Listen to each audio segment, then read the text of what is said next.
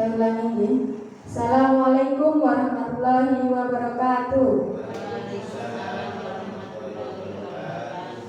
Selamat siang Bapak dan Ibu Guru SDN Watesepan Kota Mojokerto dan juga Bapak Kepala Sekolah SDN Watesepan Kota Mojokerto. Pada siang hari ini, sebelum kita memulai acara pada siang hari ini, marilah kita berdoa menurut keyakinan dan agama masing-masing. Berdoa mulai.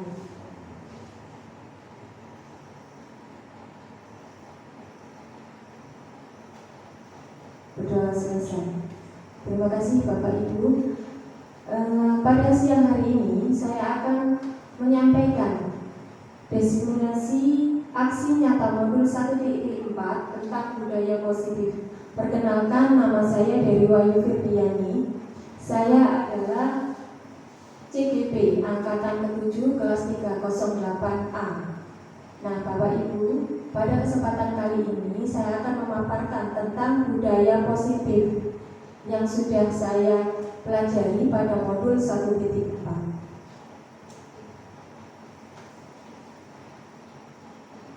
Diseminasi pemahaman dan pengalaman penerapan budaya positif. Nah, di sini saya akan sedikit memaparkan apa yang sudah saya pelajari kemarin. Saya akan share atau bagikan kepada Bapak dan Ibu. Dan tujuan saya di sini bukan untuk menggurui Bapak dan Ibu, tetapi saya hanya share pengalaman saya, apa yang sudah saya dapatkan dan saya pelajari di modul 1.4. Selamat datang para guru hebat. Saya ucapkan untuk Bapak dan Ibu sekalian. Monggo tepuk tangan. Mari kita belajar bersama, berkolaborasi, serta saling mendukung demi mewujudkan disiplin positif di sekolah kita tercinta. Dan itu tujuan kita pada hari ini. Nah, ini adalah konsep utama modul budaya positif. Konsep utama yang akan saya sampaikan pada siang hari ini adalah perubahan paradigma belajar. Kemudian disiplin positif, kemudian kebutuhan dasar manusia, selanjutnya motivasi perilaku manusia, posisi kontrol restitusi, keyakinan kelas, dan yang terakhir tentang segitiga restitusi. Nah, pasti di benak Bapak Ibu, apa ini semua?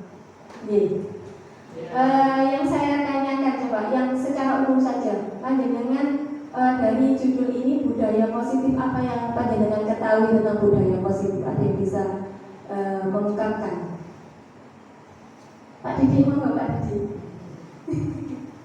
Saya mendengarkan dulu. Mendengarkan dulu. Bu Dinda, bagaimana? Kebiasaan yang baik. Kebiasaan yang baik. Bu Rini? Budaya positif. Kebiasaan yang dilakukan anak-anak. Kebiasaan yang dilakukan anak-anak. Baik.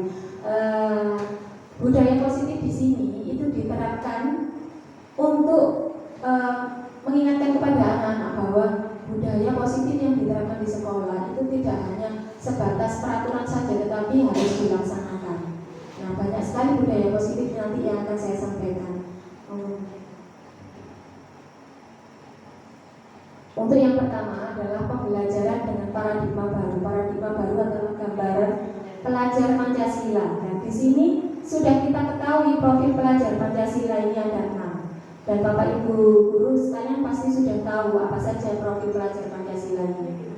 Nah, di sini muatannya pembelajaran dengan paradigma baru dilakukan berdasarkan prinsip pembelajaran terintegrasi sehingga setiap murid belajar sesuai kebutuhan dari tahap perkembangannya untuk mewujudkan profil pelajar Pancasila. Jadi intinya dalam perubahan paradigma baru dalam kurikulum Merdeka itu intinya untuk profil pelajar Pancasila. Jadi keenam ini bisa kita sangkutkan atau kita bisa berikan kepada anak didik kita. Di sini adalah disiplin positif. Dalam budaya kita, makna kata disiplin yang dimaknai dengan sesuatu yang dilakukan oleh seseorang pada orang lain untuk mendapatkan kepatuhan. Kita cenderung menghubungkan kata disiplin dengan ketidaknyamanan. Jadi disiplin ini sedikit memaksa kalau misalnya kita terapkan.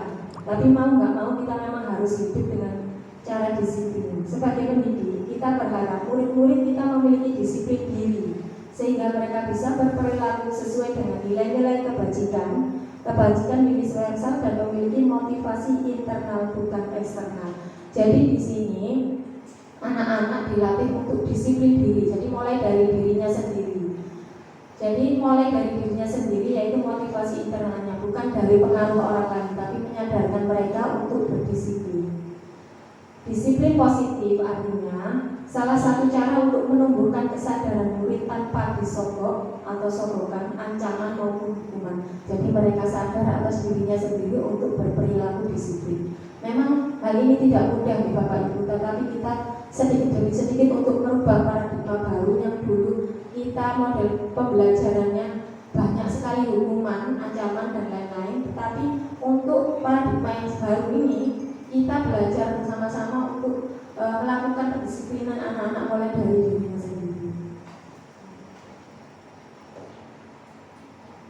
Ini adalah kebutuhan dasar manusia, yaitu satu, bertahan hidup, jelas ya, kasih sayang dan rasa diterima, penguasaan, kebebasan dan kesenangan. Jadi bertahan hidup di sini kita harus melakukan apapun supaya kita bisa bertahan hidup atau berlangsung dalam kehidupan kita.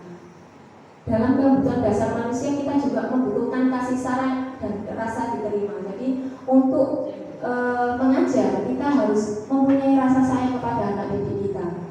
Apapun yang mereka lakukan itu kita didasari dengan rasa sayang dan untuk mendidik mereka supaya mempunyai disiplin yang positif. Penguasaan di sini anak-anak bisa disiplin untuk menguasai dirinya sendiri, bukan arti yang jelek ya, tetapi contoh kecilnya misalnya anak punya pensil atau penghapus, mereka aware dengan barang kepunyaannya sendiri. Jadi penguasaan ini punyaku. Kalau misalnya mau dipinjam orang harus permisi. Kebebasan di sini artinya bahwa mereka dilatih untuk mengekspresikan dirinya sendiri, tapi dalam hal yang positif. Kemudian kesenangan, mereka datang ke sekolah dengan rasa senang, dengan rasa bahagia tanpa ada rasa takut maupun terancam seperti itu. Motivasi perilaku manusia yaitu menghindari tindakan tidak kenyamanan hukuman. Murid merupakan disiplin diri, murid melakukan disiplin diri karena ia takut dihukum. Ini merupakan motivasi eksternal. Jadi contohnya, kalau misalnya kita mengajar dengan sangat keras, murid akan merasa takut. Tetapi mereka takut bukan untuk dirinya sendiri karena sadar, tetapi takut karena akan kita beri hukuman atau kita marahi. Kemudian mendapatkan imbalan atau penghargaan dari orang lain. Murid melakukan disiplin karena ingin mendapatkan imbalan. Ini merupakan motivasi eksternal. Jadi disiplin, misalnya di dalam kelas disuruh piket menyapu, tetapi ingin dapat dihargai atau diberikan hadiah sama gurunya. Kemudian menghargai nilai-nilai kebajikan diri sendiri. Contohnya, murid melakukan disiplin diri karena sadar akan nilai kebajikan dirinya. Ini merupakan motivasi internal. Nah, jadi di sini motivasi perilaku manusia kita akan belajar mulai dari sekarang. Murid melakukan disiplin diri. Jadi kita menyadarkan murid itu untuk menyadarkan dirinya sendiri untuk berdisiplin secara mandiri.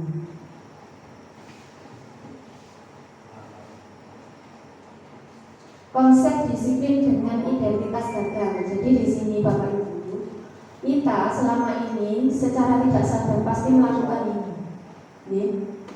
Hukuman itu menyakitkan, tidak nyaman bagi murid takut dan memaksa, murid menyembunyikan kesalahannya dan murid menjadi rendah diri. Jadi intinya, hukuman itu memang seharusnya tidak diterapkan, tetapi hukuman yang bagaimana? Hukuman fisik contohnya. Nah, itu seharusnya sudah kita tinggalkan. Jadi hukuman yang sesuai dengan apa yang mereka lakukan, misalnya contoh kesalahan yang mereka lakukan.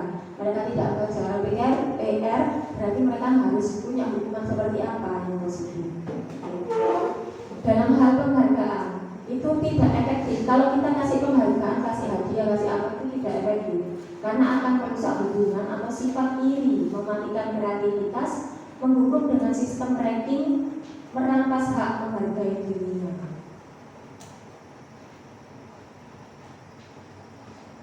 konsep disiplin dengan identitas sukses. Yang tadi kan yang gagal, sekarang yang sukses.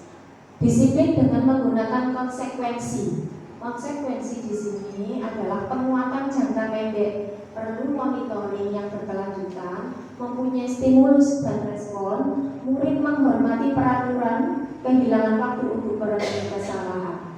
Jadi konsekuensi di sini kalau misalnya anak-anak melakukan kesalahan, tetapi di awal kita sudah kasihkan konsekuensi, jadi kita sudah kasih keyakinan bahwa kalau kamu melakukan seperti konsekuensinya seperti ini loh anak-anak. Kemudian restitusi, murid bertanggung jawab atas perilakunya sendiri, fokus pada penguatan jangka panjang, murid menghormati dirinya dan orang lain, teori kontrol, murid bersemangat memperbaiki dirinya. Jadi ini bedanya konsekuensi dan restitusi. Konsekuensi ini untuk jangka pendek dan perlu banyak monitoring atau pengawasan dari guru. Kalau restitusi ini, murid bertanggung jawab atas perilakunya sendiri dan murid bisa menghormati orang lain dan dirinya sendiri.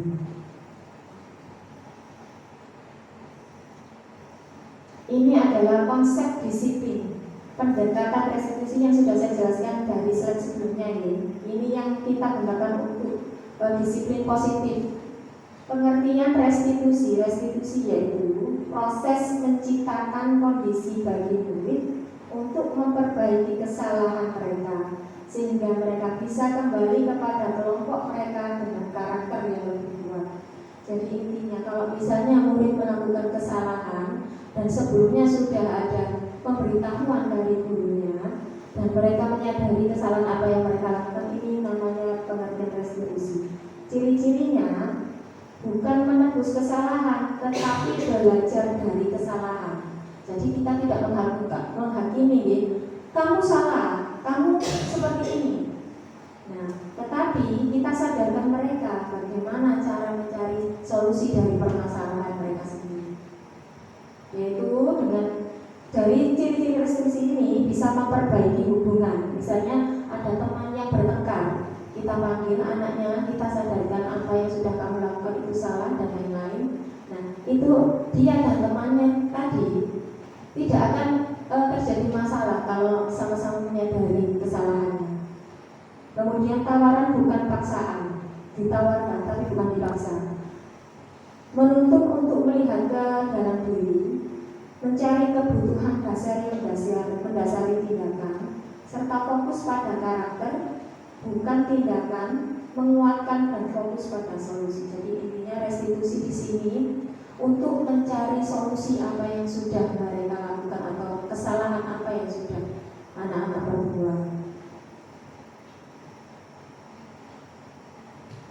Ini adalah contoh kasus murid tidak mengerjakan PR. Nah, Bapak Ibu pasti sering mendengar ini. Nah, kalau kita melakukan hukuman seperti ini, guru menghukum murid berlari mengelilingi lapangan. Guru marah dan murid menjadi takut. Nah, hukuman yang seperti ini harus ditinggalkan mulai dari sekarang. Hukuman fisik seperti ini. Ini tidak baik untuk kesehatan diri anak-anak dan juga psikisnya. Kemudian untuk konsekuensi, guru memberi konsekuensi untuk mengerjakan PR di jam istirahat atau dikerjakan sebanyak 3 kali lipat. Guru tegas dan murid menghormati peraturan. Nah, ini konsekuensi yang harus dilakukan oleh anak-anak. Kalau untuk restitusi, guru menanyakan keyakinan kelas atau dirinya dan membantu murid menyelesaikan masalah. Guru terbuka dan murid menghormati dirinya dan orang lain. Jadi inti restitusi itu seperti ini.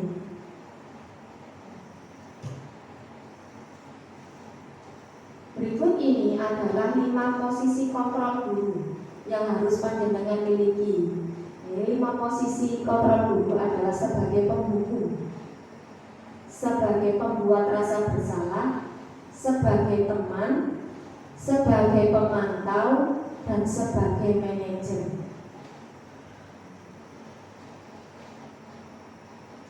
Contoh penerapan 5 posisi kontrol yang tadi saya sebutkan, ini adalah contoh murid yang tidak memakai atribut lengkap saat upacara. Kita guru sebagai penghukum memberitahuan kepada anak-anak bahwa patuhi aturan sekolah, lalu berdiri di depan barisan. Jadi anak-anak yang tidak memakai atribut itu diletakkan di barisan paling depan sendiri. Itu contoh yang maksudnya tidak menghukum secara fisik, ya, tetapi memberikan pengertian bahwa kalau misalnya melanggar peraturan, hukumannya kita di depan, paling depan sendiri barisannya. Jadi nanti kelihatan yang nggak pakai atribut. Kemudian pembuat rasa bersalah. Jadi guru posisinya pembuat rasa bersalah, yaitu beberapa kali bu guru harus memberitahu kamu, bu guru kecewa sama kamu. Kita mengungkapkan perasaan kita kepada anak-anak bahwa kekecewaan atau ketidaknyamanan kita kepada anak-anak itu diberitahukan supaya mereka bisa mengetahui kesalahannya. Kemudian guru sebagai teman, ayolah yang tertib, buat bu guru bangga sama kamu. Kali ini tidak apa-apa kamu salah. Jadi diberikan kesempatan untuk kedua kalinya untuk tidak melakukan kesalahan yang sama. Kemudian sebagai pemantau, guru sebagai pemantau atau monitoring. Kamu sudah melanggar peraturan, apa konsekuensinya? Jadi kita tanyakan seperti itu. Kemudian yang terakhir guru sebagai manajer, yaitu apakah kamu tahu kesalahanmu? Kira-kira bagaimana kamu akan memperbaiki kesalahan ini? Jadi kita tawarkan bagaimana solusi yang akan mereka lakukan. Nah, ini adalah video tentang restitusi.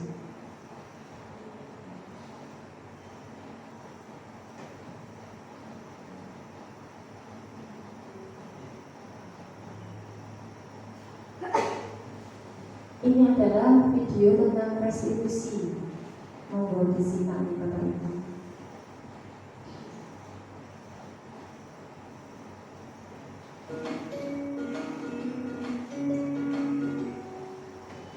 Salam dan bahagia Ibu dan Bapak guru hebat.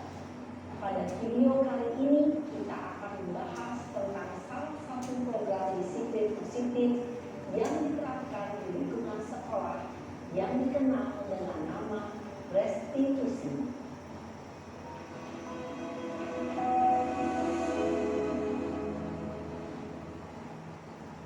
Restitusi dikembangkan oleh pakar pendidikan Diane Gosling berlandaskan pada teori kontrol Dr. William Glaser. Segitiga restitusi adalah suatu proses dialog yang dijalankan oleh guru atau orang tua agar dapat menghasilkan murid yang mandiri dan bertanggung jawab. Pada saat guru di posisi manajer, aspek yang dikembangkan pada murid adalah motivasi intensif, sehingga penanaman nilai-nilai kebajikan dapat tumbuh dan berkembang menjadi suatu kebiasaan positif yang akhirnya membentuk karakter murid. Proses dialog ini terdiri dari 3 langkah yang digambarkan pada ketiga sisi pada segitiga restitusi. Sisi pertama adalah menstabilkan identitas. Sisi yang kedua adalah validasi tindakan yang salah. Dan sisi yang ketiga adalah menanyakan keyakinan. Ibu dan Bapak guru, berikut ini akan ditunjukkan bagaimana seorang guru berada dalam posisi manajer menggunakan penerapan segitiga restitusi.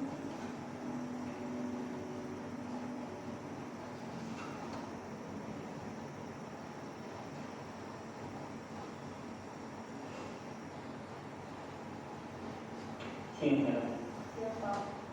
sudah lama nggak ketemu saya? Kenapa hadirnya di sini? Kesel Pak, kesel banget. Masa aku dikatain tukang fitnah Pak? Ya aku marah lah.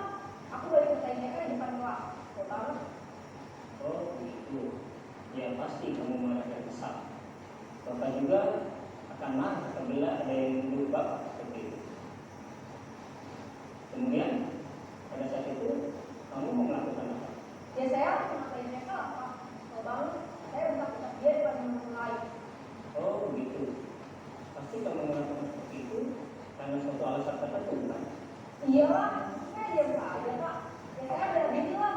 Masa saya dituduh tukang fitnah? Ya, lakukan itu sesuatu yang penting buat kamu.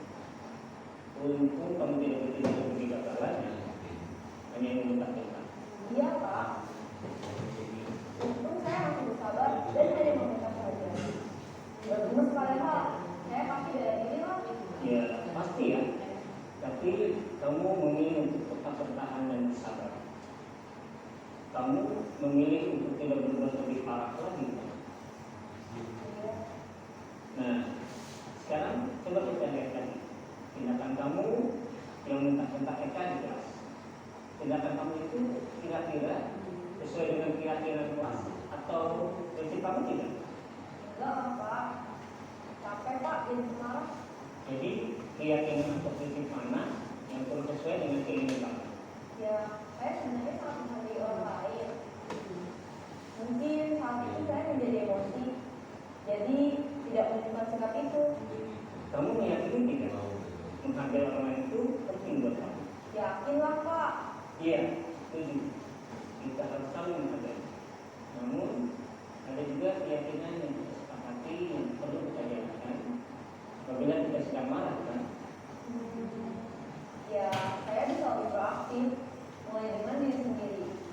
Saya bisa jadi lebih bersabar, mengambil keputusan sedikit, mau apa selanjutnya. Kira-kira kamu bersedia memperbaiki masalah ini tidak? Sedia Pak.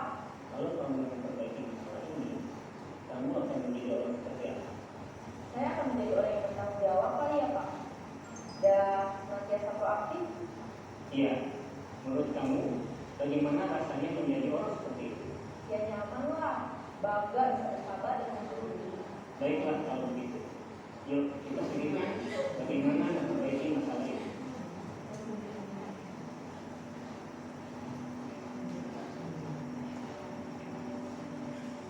Ibu dan Bapak guru hebat. Baru saja kita menyaksikan contoh bagaimana seorang guru berada dalam posisi manajer menggunakan penerapan segitiga restitusi. Mari kita bahas satu persatu. Pada sisi pertama, menstabilkan identitas berdasarkan pada prinsip bahwa membuat kesalahan adalah bagian dari proses pembelajaran. Sisi pertama dari segitiga ini berperan menggeser identitas murid dari identitas gagal ke identitas sukses. Murid yang sedang bertingkah laku yang tidak pantas atau menarik diri saat itu sedang mengalami identitas gagal. Bila kita mengkritiknya, maka posisinya tidak akan berubah. Kita bisa mengajukan pernyataan ini. 1. Menjawab kesalahan sesuatu yang wajar. 2. Manusia tidak ada yang sempurna. 3. Kita bisa memperbaiki kesalahan ini. 4. Saya tidak menanyakan kesalahan. Saya lebih fokus bagaimana memperbaiki masalah ini. 5. Apakah kamu menjadi orang yang baik untuk sendiri? Pada sisi kedua, validasi tindakan yang salah berlandaskan pada prinsip bahwa setiap perilaku berupaya memenuhi suatu kebutuhan tertentu. Guru yang telah memahami teori kontrol akan bergeser dari pemikiran stimulus respon menjadi proaktif dan mencoba untuk mengenali tujuan dari perilaku murid, mengenali dan mengakui kebutuhan murid ini dapat memperbaiki hubungan dengan murid tersebut. Pernyataan atau pertanyaan bisa disampaikan dengan nada suara tidak menghakimi atau memojokkan, sehingga dapat mengembalikan murid pada posisi positif. 1. Kamu bisa saja bertindak lebih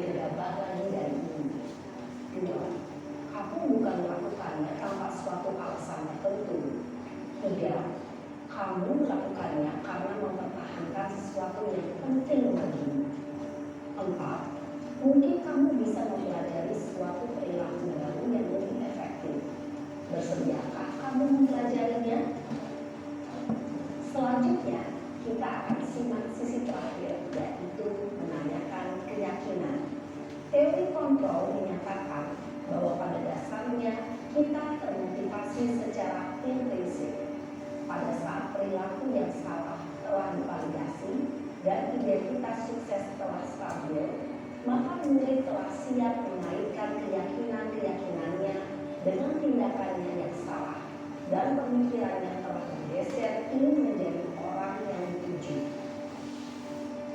Pertanyaan-pertanyaan ini dapat mengaitkan keyakinan-keyakinan yang diambil dari satu, sebagai keluarga atau kelas, apa yang kita yakini?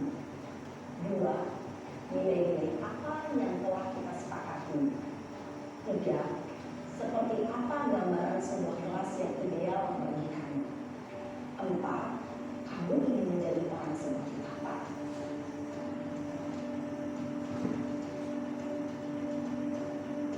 Dalam menerapkan segitiga restitusi, perlu diperhatikan beberapa hal, yaitu satu, perilaku yang salah perlu dikaitkan dengan nilai-nilai atau keyakinan-keyakinan yang telah disepakati atau dituju. Dua, kesediaan orang yang melakukan kesalahan untuk memperbaiki masalah. Tiga, pemecahan masalah sebisa mungkin relevan atau memiliki hubungan dengan masalah yang ada. Empat, usaha. Perlu adanya suatu usaha perbaikan dari pihak yang berbuat kesalahan. Lima, waktu. Perlu didedikasikan waktu dari pihak yang berbuat kesalahan. Tanyakan kapan akan mulai diberlakukan usaha untuk memperbaiki masalah. Dengan memahami struktur penerapan segitiga restitusi, diharapkan guru dapat menerapkan posisinya sebagai manajer dengan mengajukan pertanyaan-pertanyaan bermakna yang dapat membuat murid menjadi lebih percaya diri, bertanggung jawab, dan mandiri. Nah, ibu bapak guru perlu tidak mengikuti ketiga tahapan dalam segitiga restitusi, bergantung pada ringan beratnya suatu permasalahan. Misalnya, bila permasalahan tersebut ringan, maka tidak perlu dijalankan secara berurutan. Bahkan bisa semudah menanyakan apa keyakinan yang kita sepakati. Dengan menjalankan segitiga restitusi, dengan mengajukan pertanyaan-pertanyaan bermakna, diharapkan murid menjadi lebih kuat secara pribadi, dapat membuka wawasan murid agar dapat menyelesaikan permasalahannya sendiri, semakin percaya diri, mandiri, dan merdeka. Salam dan bahagia, ibu bapak guru hebat.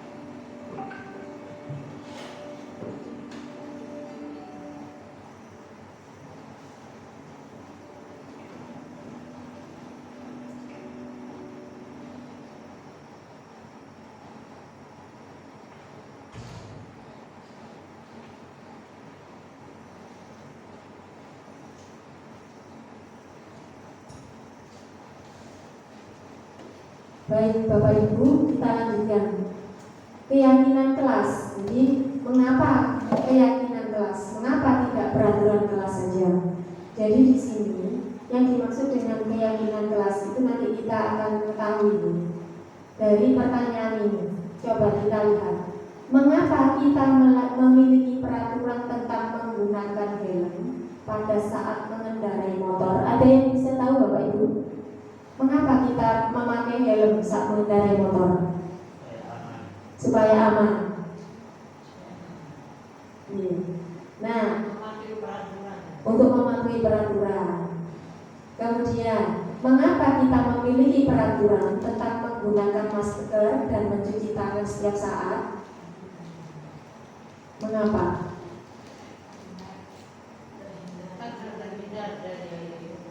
Agar terhindar dari wabah COVID. Iya betul. Karena ada corona, ya betul Bapak Ibu. Nah ini pertanyaan tadi yang muncul ya. Nah kegiatan yang membuat keyakinan kelas yaitu dengan berdiskusi tentang peraturan, merumuskan peraturan menjadi keyakinan dan menempelkan keyakinan di kelas. Jadi intinya di sini nanti kalau misalnya Bapak Ibu berkenan kalau sudah nanti kembali ke kelas masing-masing bisa diterapkan ini nanti di kelas. Berdiskusi tentang peraturan di kelas. Anak-anak nanti diajak diskusi bagaimana peraturan di kelas yang harus kita kesepakati. Kemudian merumuskan peraturan menjadi keyakinan. Kalau sudah disepakati, anak-anak setuju, maka ditempelkanlah keyakinan kelas itu di tembok kelas atau di mading.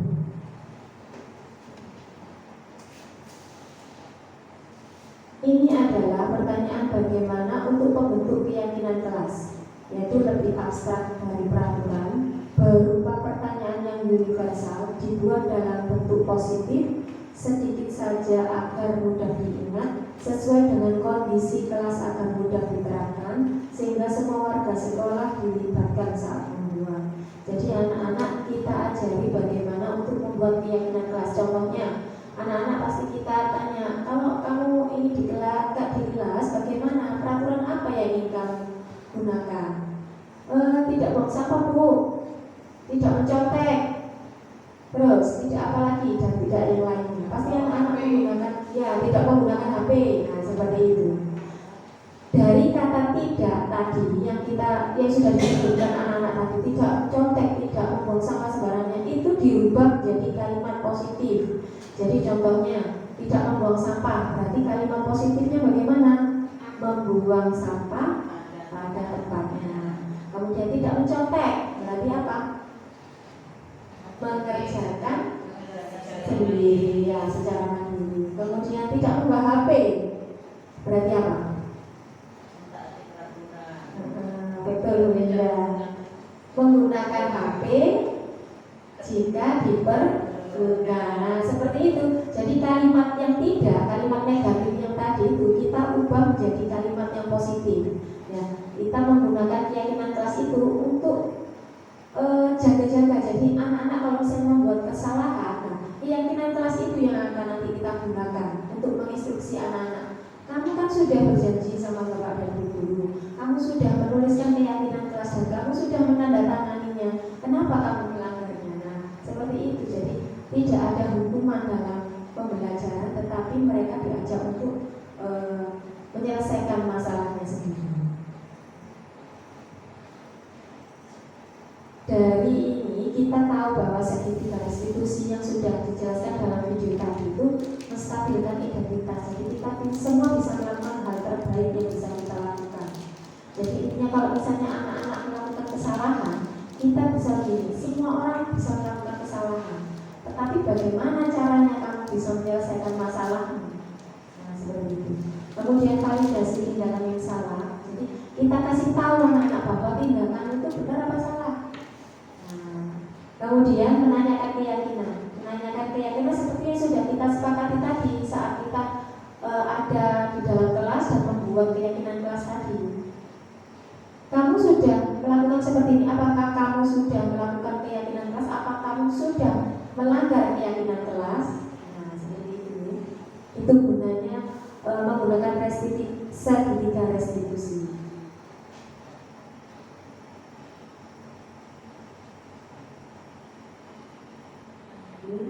Nah, ini video yang kedua.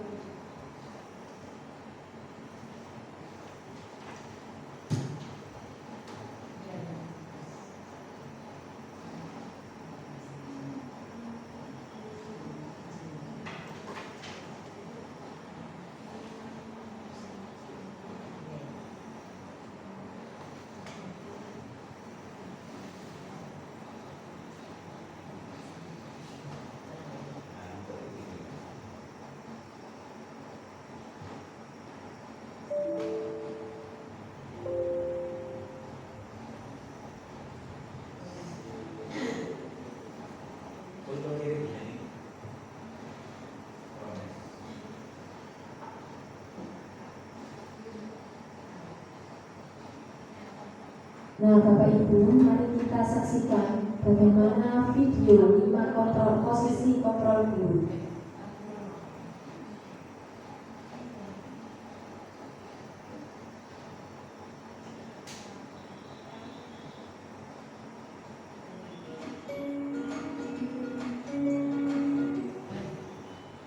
Salam bahagia Ibu dan Bapak Guru hebat. Dalam penerapan disiplin positif restitusi, salah satu program yang dikembangkan adalah 5 posisi kontrol. 5 posisi kontrol dalam restitusi adalah proses perjalanan seorang pendidik agar dapat mengenali dirinya. Pada video kali ini, kita akan membahas tentang 5 posisi kontrol yang dikembangkan oleh Diane Dawson dan contoh penerapannya.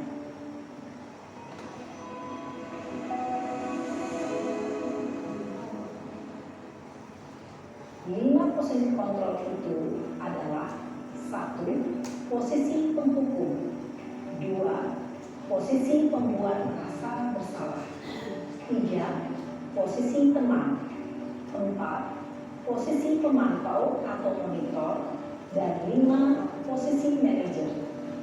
Untuk lebih memahami kelima posisi tersebut, mari kita saksikan kasus Naren yang terlambat hadir 20 menit di sekolah dan melihat bagaimana kelima posisi kontrol dalam menghadapi masalah tersebut.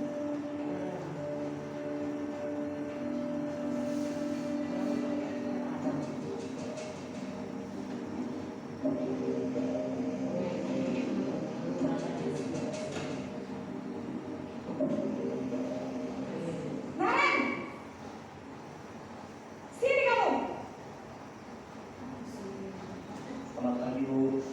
Selalu terlambat. Kamu deh, pasti terlambat. Maaf, Bu. Saya Apa? Apa coba? Alasan kamu apa lagi? Kapan sih kamu tidak terlambat? Malas sekali ya kamu jadi anak. saya Dasar pemalas. Gak kapok-kapok sih kamu. Sudah berapa kali terlambat? Sana, kamu keliling lapangan basket 2 kali. kenapa saya harus keliling lapangan basket, Bu? Kenapa? Kamu melawan ibu. Berani-beraninya jawab. Sudah terlambat, masih berani jawab pula.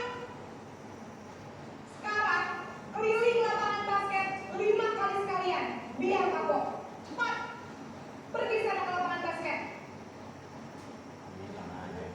Posisi penghukum biasanya berbicara dengan nada tinggi, menghardik, menunjuk-nunjuk, menyakiti, dan menyindir. Hukuman bisa berupa fisik maupun psikis. Ibu dan bapak guru hebat.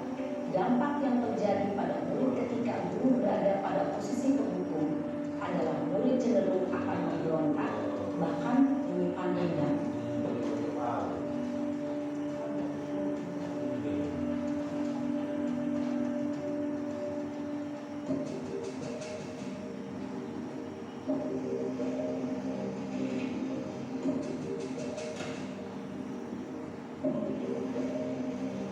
Naren,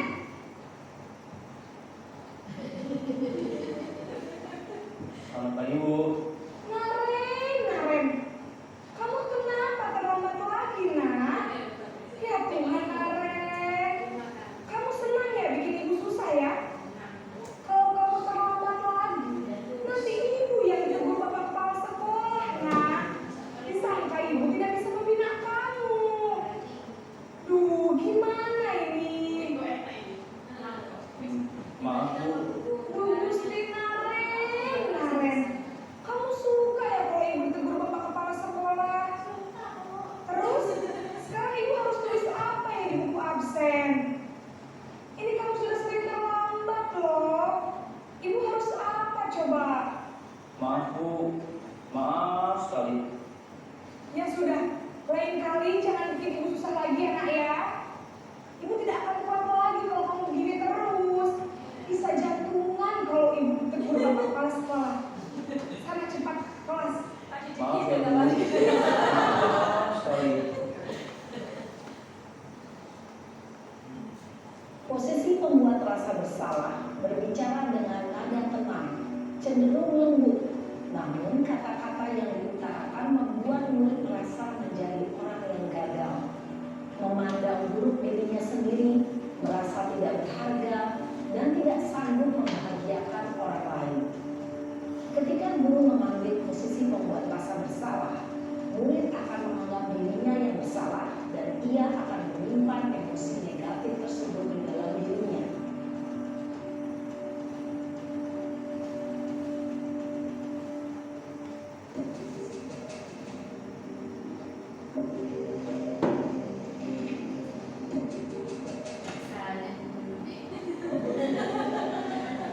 Naren,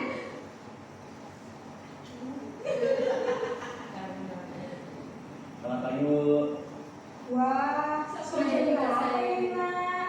Terlambat lagi ya sayang. Iya, Bu. Habis Ibu saya lupa bangunkan saya, Bu. Kamu malah menyalahkan ibu kamu. Apa aja itu? Ibu kan anak yang larinya paling kencang. Kok terlambat sih? Iya, Bu. Saya memang terlambat bangun tadi.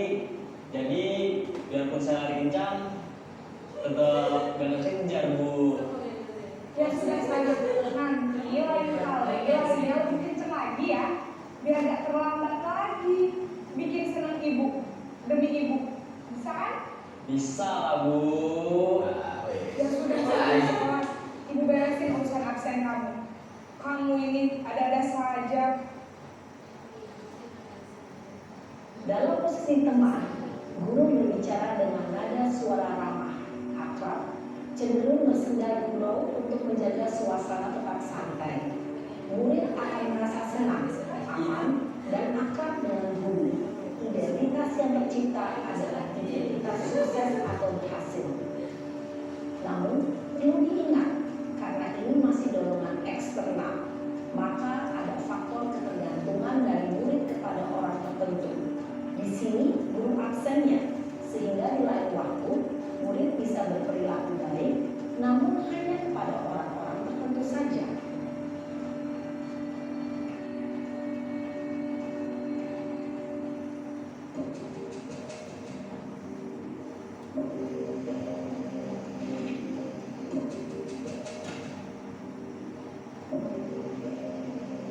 Naren!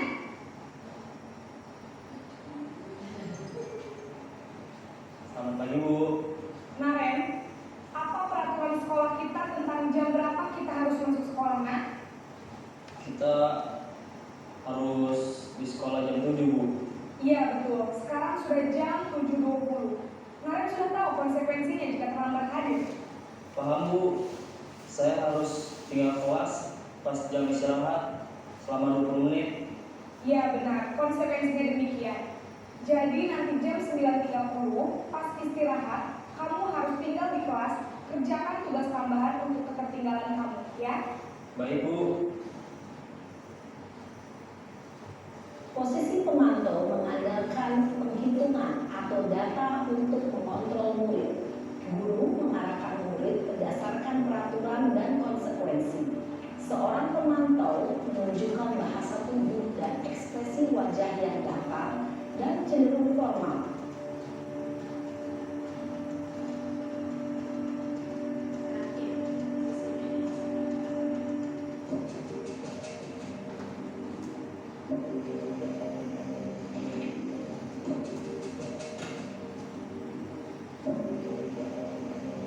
Naren!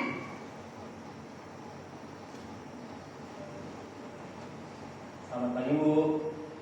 Selamat pagi, Naren. Maaf, Bu. Saya terlambat. Iya, sekolah masuknya jam 7, sekarang sudah jam 7.20. Jadi sekarang bagaimana nih, Naren? Maaf, Bu. Saya lupa setel alarm saya semalam. Baiklah, menurut kamu, keyakinan sekolah yang mana yang perlu kamu tingkatkan? Menghargai diri sendiri dan orang lain mungkin, ya, Bu. Setuju.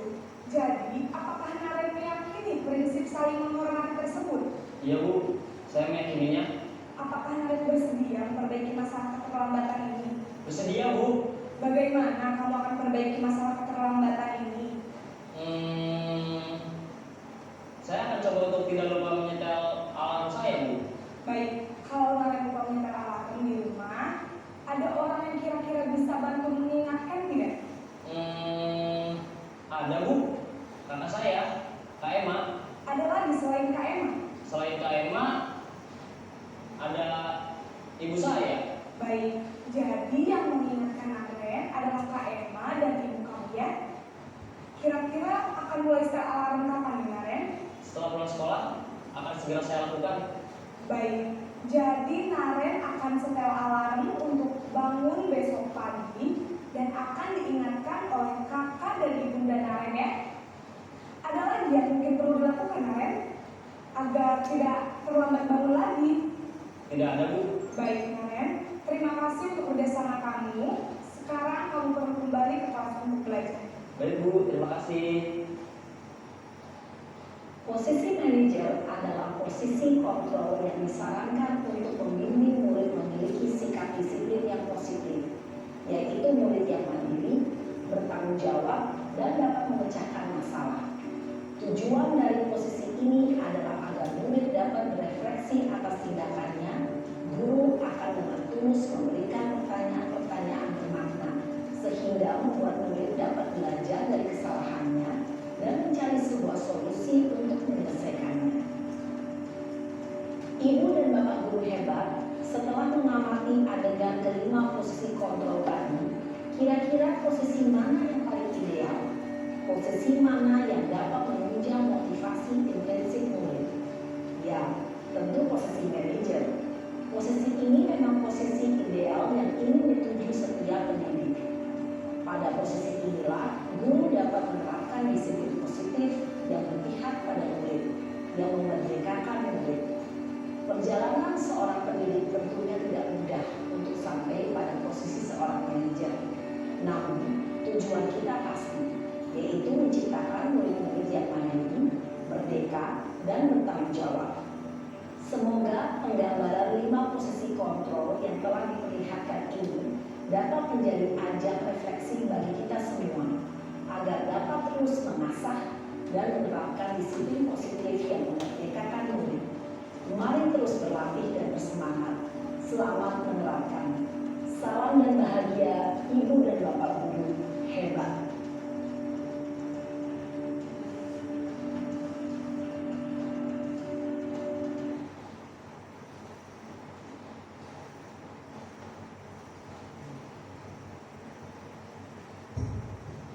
Baik Bapak Ibu, kita sudah menyaksikan nih 5 posisi kontrol guru tadi, contohnya seperti itu.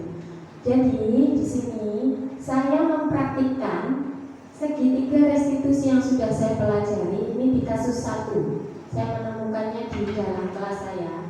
Ketika pelajaran di kelas, salah satu siswa mencontek teman yang lain. Adel adalah siswi kelas 4. Dipanggil Bu Dewi untuk menjelaskan permasalahan apa yang sedang terjadi. Kemudian Adel menceritakan bahwa ia bertengkar dengan temannya karena teman tersebut mencontek pekerjaannya dan Adel memukulnya. Nah, coba Bu Dewi, ada videonya.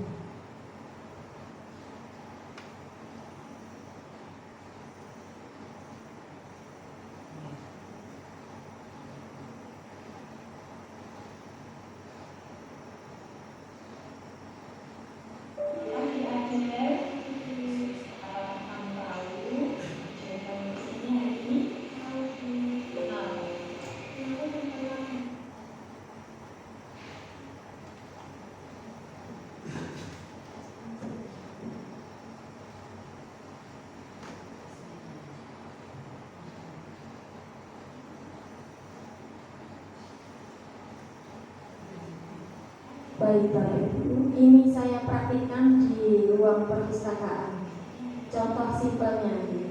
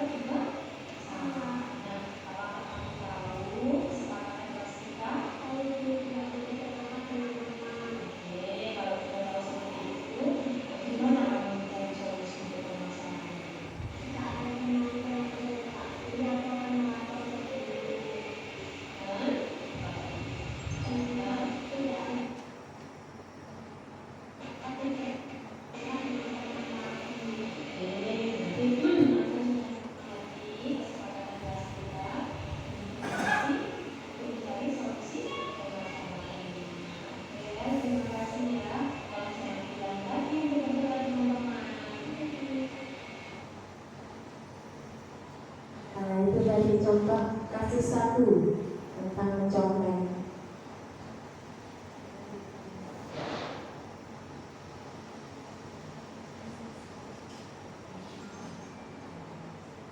Untuk kasus 2, praktik segitiga restitusi yang saya jalankan, yaitu Bu Dewi memanggil seseorang, anak kelas 5, namanya Yusi.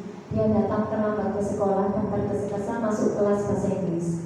Karena bangunnya terlalu siang, akhirnya siswa terlambat masuk sekolah. Lalu apakah dia bisa mengatasi permasalahannya? Coba kita lihat.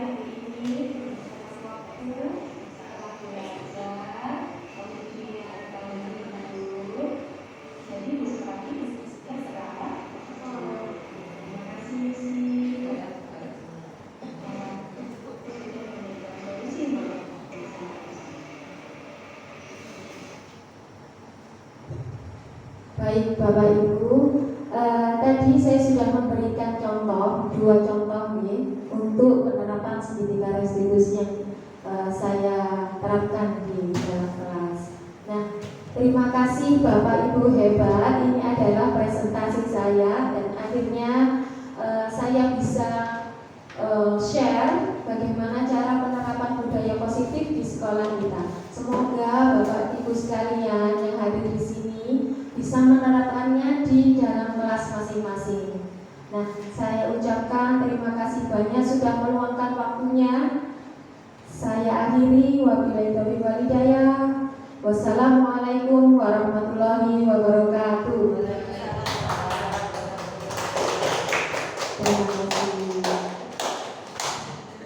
Mari kita bersama.